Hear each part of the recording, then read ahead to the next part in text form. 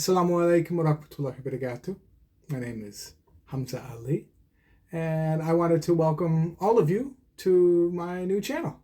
It's now your new channel, okay? Peace be upon you. May God's blessings and mercy be with you.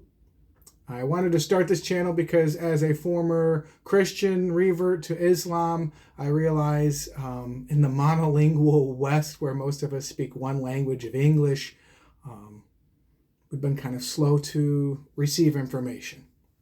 Doesn't matter what you believe here. I'm not here to lecture and tell you what to believe by any means, but I am here to point you in amazing, rich resources that are now available to us here in the West that just never were.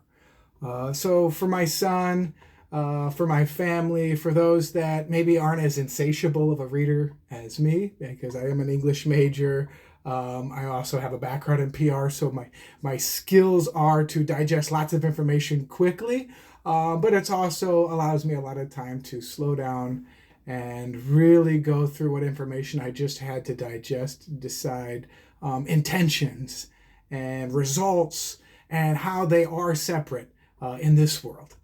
And we can explore that more, but I wanted to simply say, welcome to the channel. Why am I doing this? It's for me, it's for my family, it's for anyone that doesn't know. For example, there was this amazing priest, his name was Anselm Termita.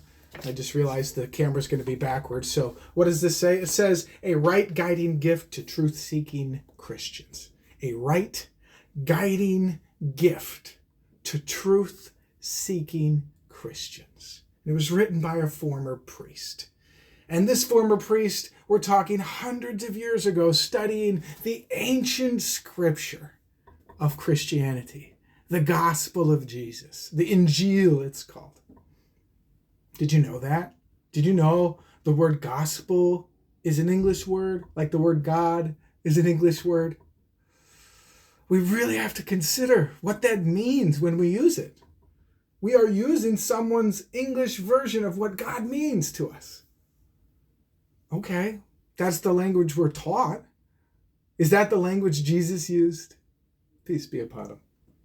What did Jesus say for God? What was the word he used? Look at the way Mary dressed and ask yourself, who today, what religion today dresses like the Virgin Mother Mary?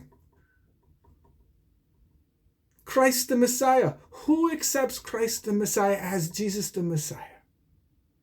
What religion dresses and prays exactly like him, prostrating? The Bible's a fantastic resource, but it isn't in English. I mean, we read it in English, but that's not the Bible's revealed language, or language is. There's lots. 66 books right now I think we've accepted. Another great book, The Five Gospels. Christian seminary called the Jesus Seminar, mid-1980s, did a wonderful job compiling what Jesus may have really said. What did Jesus really say? What did he do? What did he mean? Wonderful book. Again, The Five Gospels. And finally, we have The Lawful and the Prohibited in Islam. For any revert, or those of you that are done listening to all the propaganda of the West and realize we're being force-fed something that may not be true. We all have to accept that.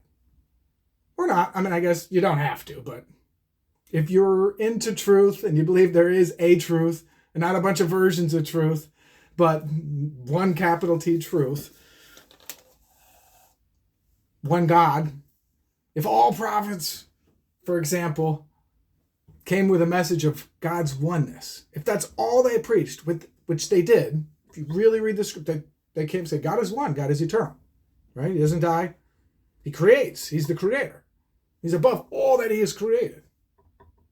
Right? All religions, monotheism religions teach us that. In their root. Read the scriptures, Torah, Bible, Quran.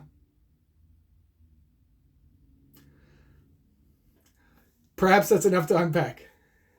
Have a great one. Thanks for watching. Assalamu alaikum rahmatulahi. Barakatu.